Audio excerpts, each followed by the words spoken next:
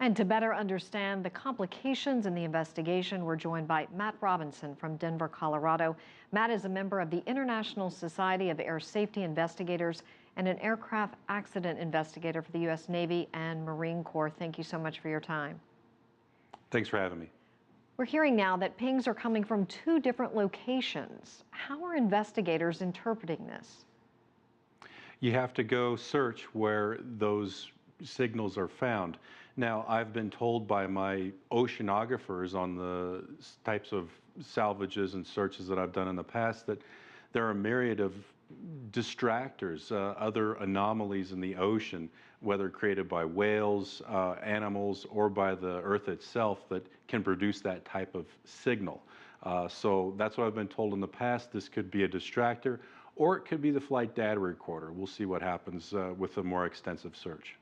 All right. What about the battery life now? A lot of focus has been on the battery life of this black box. Is there any way you can put into words how difficult this search is going to be once that dies? It becomes exponentially more difficult. Now you have nothing to go off of. At that point, your best course of action is to continue the search for surface debris. At that point, go ahead and plot how far those pieces of debris have drifted.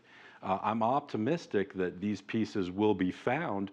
I am pessimistic that they'll be found very soon, though. I see.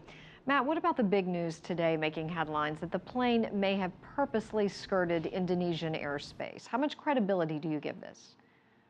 I'll give it credibility after I find corroborating evidence, Susan. I always like something to substantiate or back up the initial claim. No one piece of evidence should stand on its own.